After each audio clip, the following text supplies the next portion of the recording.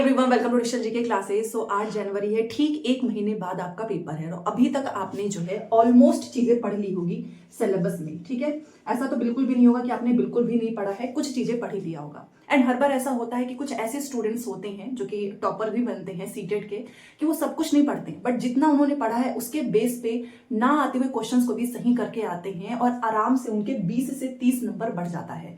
तो आज मैं आपको वही साइंटिफिक मेथड बताने वाली हूँ। आप इसे तुक्का ट्रिक भी कह सकते हो, एलिमिनेशन मेथड भी कह सकते हो। सारी चीजें जो लेटेस्ट पैटर्न है सीटेट का उस पे बेस, उसी पे जो है बेस्ड है ये। तो इस वीडियो को प्लीज पूरा देखिएगा एंड सब्सक्राइब भी कर सकते हो, क्योंकि अभी एसएसटी की मैराथन हमारी शुरू ही हुई है। कल हमारी ज्योग्राफी की है।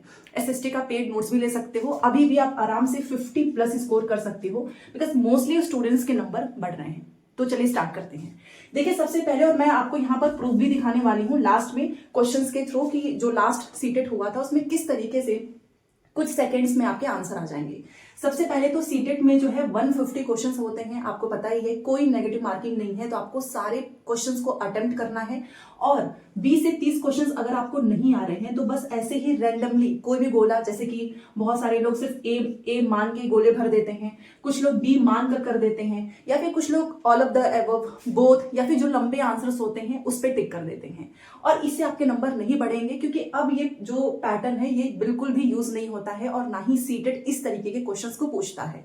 ठीक है, तो याद रखिएगा, पुराने वाले पैटर्न को आपको फॉलो नहीं करना है। सबसे पहले कुछ लोगों के क्वेश्चंस आते हैं कि पेपर को अटेम्प्ट कैसे करना है। तो देखिए 150 क्वेश्चंस आते हैं। ठीक है, अब इसमें सबसे पहले जो आपका स्ट्रॉन्ग सब्जेक्ट है, जो आपको लगता है कि ये कम समय में हो जाएगा, आपको उसको पहले अटेम्प्ट करना है, ताकि जो बचा हुआ समय है आप उसको पैसेज में, हिंदी इंग्लिश के पैसेज में, या फिर मैथ्स में, या फिर एसएसटी में आप यूज कर पाओ।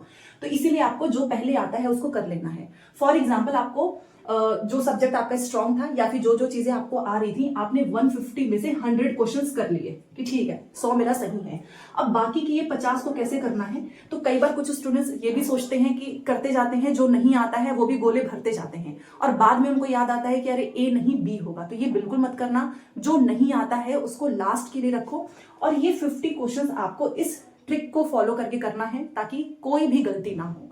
ठीक है, तो ये तरीका है। और ऑफलाइन एग्जाम है तो गोले वोले भरने के प्रैक्टिस कर लेना, किस तरीके से पेपर होता है। तो चलिए अब देखिए, सबसे पहले किस चीज का आपको यूज नहीं करना है। जैसे कि कुछ लोग क्या करते हैं कि सिर्फ ए बी मान के जो है वो गोले भर के चले आते हैं, जैसे कि ABCD आपने कुछ भी सोचा हो वो कभी सही नहीं होगा। ना ही कोई लॉन्ग आंसर सही होंगे, ना ही आपके बोथ वाले आंसर सही होंगे, और ना ही ऑल ऑफ द अबव वाले। क्योंकि अब क्या है कि वो छोटे छोटे आंसर्स को ही बहुत ही सेगमेंट में पूछता है, कई ऑप्शंस होते हैं, आपने देखा होगा। ठीक है, तो आपको यूज क्या करना है, देखिए 4 ऑप्शंस होते हैं, आपने देखा होगा 1 2 3 4। ठीक है, फिर उसके नीचे भी 4 ऑप्शंस होते हैं कि आप उसमें से बताओ कि ए सही है, कि बी सही है, कि सी सही है, या फिर डी। तो आपको वहां पर एलिमिनेशन मेथड का यूज करना है। मैंने ऑलरेडी आपको बहुत सारे टैग वर्ड्स बताए हैं, बट यहां पर जो चीजें बता रही हूं आपको सिर्फ उसी को यूज करना है एलिमिनेशन मेथड में। कि सबसे पहले आप ये देखो कि इसमें से क्या नहीं होगा, मतलब पहला बिल्कुल भी नहीं होगा, दूसरा बिल्कुल भी नहीं होगा, तो इसको पहले ही हटा दो।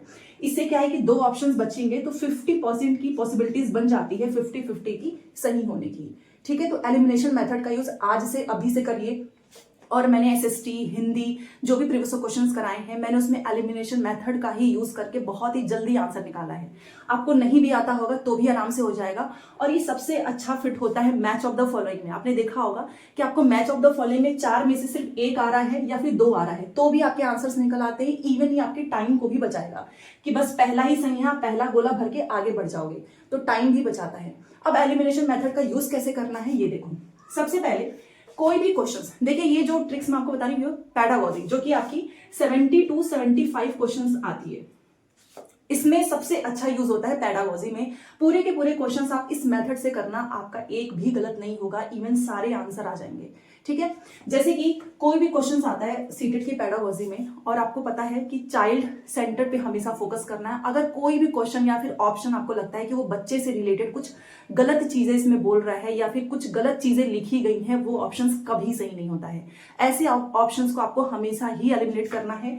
हर एक प्रश्न वो चाइल्ड सेंटर ही होना चाहिए, टीचर सेंटर्ड वाले ऑप्शंस कभी सही नहीं होंगे। ठीक है, दूसरा, आपने देखा होगा कि आजकल क्रिटिकल थिंकिंग से प्रश्न ज्यादा पूछता है कि हम बच्चों में क्रिटिकल थिंकिंग कैसे डेवलप कर सकते हैं। तो ऐसे प्रश्न ही होंगे जो क्यों कैसे से हो, ठीक है। तो ये ट्रिक भी है, वाई और हाउ वाले जो प्रश्न जो शुरुआत होती है ना, वही क्रिटिकल थिंकिंग, उस प्रश्न से बच्चों की क्रिटिकल थिंकिंग डेवलप होती है। तो आप इससे भी पहचान सकते हैं, ठीक है। तो ये पॉजिटिव वर्ड है। कुल मिलाकर बच्चे से रिलेटेड कोई भी चीज गलत हो ही नहीं सकती। अगर बच्चा फेल भी हो रहा है तो बच्चे की वजह से नहीं हो सकता है कि टीचर जो है वो सही से ना पढ़ा रहे हो या फिर उनकी स्ट्रैटेजी सही ना हो, ठीक है। अब कौन से ऐसे भी प्रश्न होंगे जो कि नेगेटिव टैग वर्ड से भी आराम से निकल जाएगा, जैसे कि अगर कोई प्रश्न है जिसमें लिखा हो सिर्फ यही सही होगा, मतलब केवल वाले प्रश्न, ही वाले प्रश्न, या फिर जो ये बोले कि ऑलवेज यही हो सकता है, ठीक है। ये जो केवल, हमेशा, या फिर फिक्स्ड, आपने देखा होगा कि एक नियम फिक्स है, इसी से होगा, जो ग्रामर पे ज्यादा फोकस किया जाता है। इवन साइंस में भी आपने देखा होगा कि साइंस में ऐसा बोला जाता है कि साइंस पे सोशल या फिर जो आपका जो कल्चरल है इसका कोई प्रभाव नहीं पड़ता। ये सब कुछ नेगेटिव है, क्योंकि सोशल एंड कल्चरल का साइंस पे भी प्रभाव पड़ता है और साइंस में कोई एक मेथड नहीं हो सकता है, ठीक है। तो इस तरीके से कोई भी चीज अगर फिक्स्ड बताई जा रही हो या फिर बच्चे को लेबल करते हैं ना कि ये तेज बच्चा है, ये कमजोर बच्चा है, ये हमेशा गलत होता है। क्लासीफाई करते हैं, हम उनको कैटेगराइज करते हैं, कैटेगरी में बांटते हैं। बहुत सारे स्कूलों में ऐसा होता है कि तेज बच्चे को आगे बैठा देते हैं, कमजोर बच्चे को पीछे, और वो कई बार वो लेबलिंग करते हैं। ये नहीं करनी चाहिए क्योंकि इससे नेगेटिव इंपैक्ट होता है, ठीक है। उसके बाद से रोट लर्निंग, जो याद कराने पे फोकस हो, मेमोरी बेस्ड हो, फैक्ट वाली जो चीजें आती है ना क्वेश्चंस में भी, जो फैक्ट बेस्ड हो, वन लाइनर वाले हो, वो सही नहीं होगा, ठीक है। फियर, अगर कोई प्रश्न ऐसा लगता है कि इससे बच्चे के अंदर डर पैदा करना है या फिर बच्चे को पनिशमेंट देना है, ये भी कभी सही नहीं हो सकता है। सोशल और जो आपका, जिसे हम सामाजिक सांस्कृतिक बोलते हैं, इसका प्रभाव पड़ता है। अगर कहीं किसी प्रश्न में लिखा है कि इसका कोई प्रभाव नहीं पड़ता है, तो याद रखिए इसका पड़ता है, और ऐसे ऑप्शंस भी कभी सही नहीं हो सकते हैं जहां पर लगा हो कि इसका प्रभाव नहीं होता है। या फिर इफेक्ट, ठीक है। वन मेथड, एसएसटी को पढ़ाना हो, साइंस को पढ़ाना हो, हिंदी, मैथ्स, इसको पढ़ाने के सिर्फ एक मेथड नहीं होते हैं, मल्टीपल तरीके होते हैं। और बच्चों को भी इसी तरीके से पढ़ाना है। ये नहीं कि सभी को सेम होमवर्क दे दिया है, सभी को सेम तरीके से पढ़ा रहे हैं। हमको जो है डिफरेंशिएटिव लर्निंग का यूज करना है, जिसमें बच्चे की नीड के अकॉर्डिंग आप अपनी स्ट्रैटेजी में चेंजेस करते हो। अब ये मैंने आपको बताया, अब इसको यूज कैसे करना है वो देखो।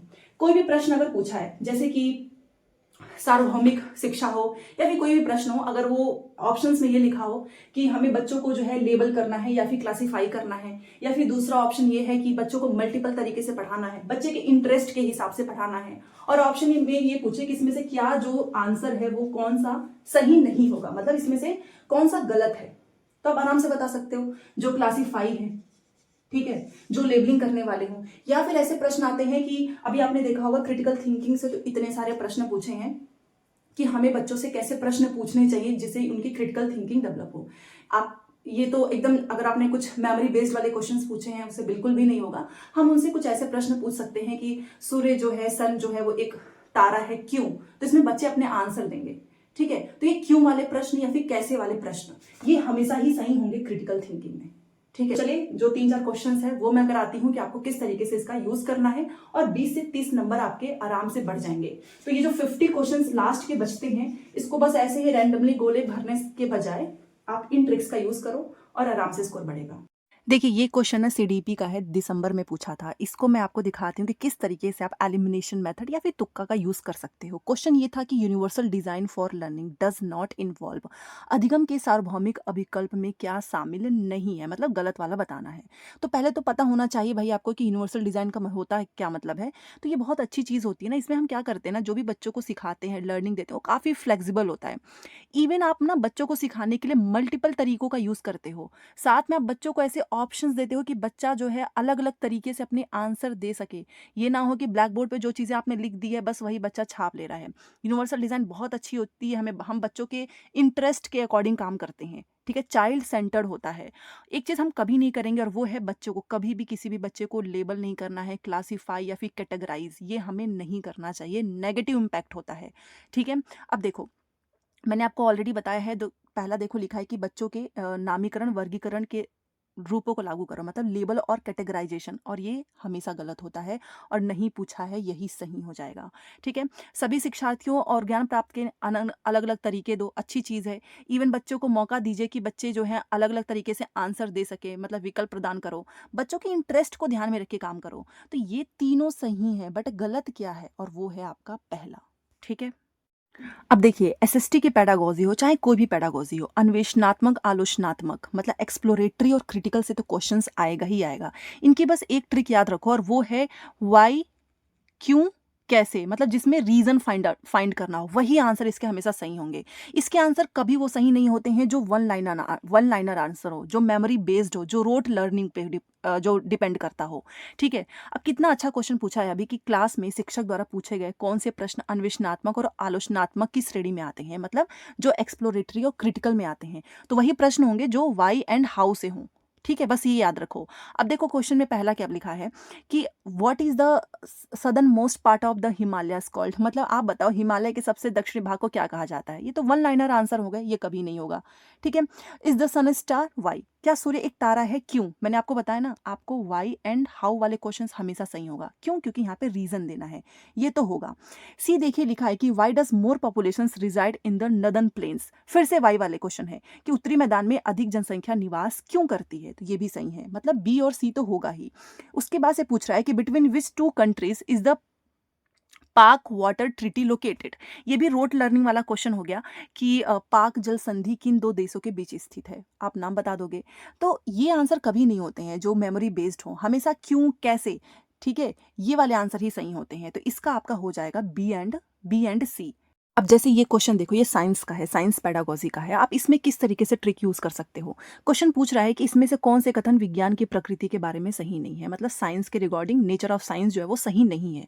आप मुझे बताइए साइंस का नेचर कैसा होता है। साइंस का नेचर जो होता है वो टेंटेटिव होता है, मतलब वो परिवर्तनशील है। इवन साइंस में हम बोलते हैं ना कि लॉजिक्स जो है लॉजिक्स चलते हैं, बट साइंस को भी जो हमारा सोशल जो कल्चरल कॉन्टेक्स्ट है वो प्रभावित करता है। और साइंस में कभी भी अगर लिखा हो कि एक सिंगल मेथड हो या फिर एक सिंगल साइंटिफिक मेथड हो, ये हमेशा गलत होगा, क्योंकि जो अलग अलग साइंटिस्ट है ना वो अलग अलग तरीकों से काम करते हैं, कभी भी एक साइंटिफिक मेथड नहीं होता है। ठीक है, बहुत बेसिक सी चीज़ थी और ये दिसंबर में ही पूछा है। तो पहला लिखा है कि वैज्ञानिक विचार जो है वो सांस्कृतिक संदर्भ द्वारा प्रभावित नहीं है, एकदम गलत। देखो जो साइंटिफिक आइडियाज होते हैं ना वो भी अफेक्ट होता है सोशल कल्चरल कॉन्टेक्स्ट में, मतलब सामाजिक जो सांस्कृतिक संदर्भ से ये प्रभावित होते हैं, और ये लिख रहा है नहीं है, कोई एकल वैज्ञानिक विधि नहीं है। जी हाँ, ये एकदम सही है। देखो there is no single scientific method, क्योंकि हर साइंटिस्ट जो है वो अलग अलग मेथड से अलग अलग तरीकों से काम करता है। और ये कितनी अच्छे से क्वेश्चंस पूछा था। तो आपको अगर नेगेटिव टैग वर्ड्स या पॉजिटिव भी पता है ना, आप आराम से निकाल लोगे। ठीक है, तो इसमें आपका ये गलत हो गया, बी सही है।